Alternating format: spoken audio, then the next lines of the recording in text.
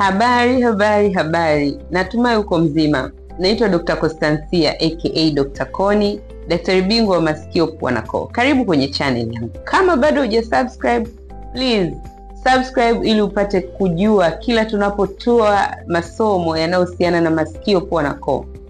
Lakini pia sambaza ujumbe kwa ndugu, jamaa na marafiki wanaweza kunufaika na jambo moja ama lingine linalohusiana na elimu tunayoitoa.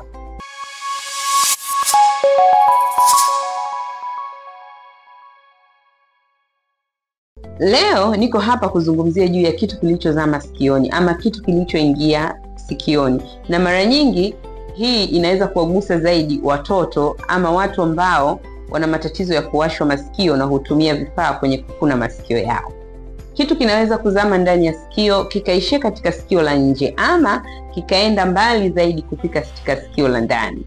Viko vitu mbalimbali ambavyo vinaweza kuingia ndani ya sikio, ikiwemo kokoto, pamba, mawe, mbegu, hasa kwa watoto, mbegu za maharage, mbegu za choroko, lakini pia makaratasi na vitu vya namna hiyo, shanga na kadhalika.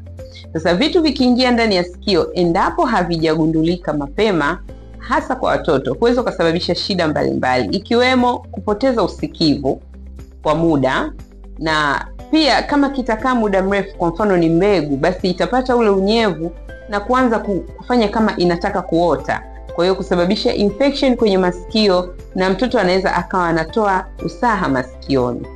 Sasa inatibikaje?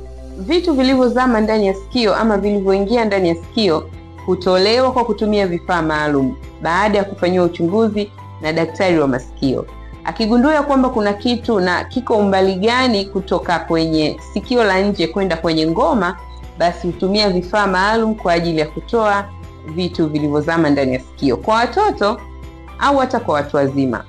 Hii hutolewa katika kliniki ya kawaida tu bila kuhitaji operation, lakini ikiwa ni kwa mtoto na zimeshafanyika attempt mbalimbali za kujaribu kutoa na sikio lake limevimba ama kitu kimesogea mbele zaidi, basi daktari anaweza akakupa muda na kumpa mtoto dawa ili kusaidia uvimbe kupungua ndani ya sikio, ama kutokana na umri wa mtoto akaamua kwenda kufanya kutoa kitu hicho kwa kutumia dawa za kumpa mtoto usingizi ili kupata ushirikiano wakati wa kutoa kitu kilichozama ndani ya sikio. Sasa kwa leo tutaishia hapa. Kama una maswali zaidi, unaweza ukachat nami kwa namba zangu za WhatsApp 0718812108, lakini pia unaweza ukanifollow kwenye account zangu za Instagram ili upate kufahamu ratiba zangu za utoaji huduma na wapi unaweza ukapata huduma ya masikio, pua na koo. Asante kwa kunisikiliza, uwe na wakati mwema.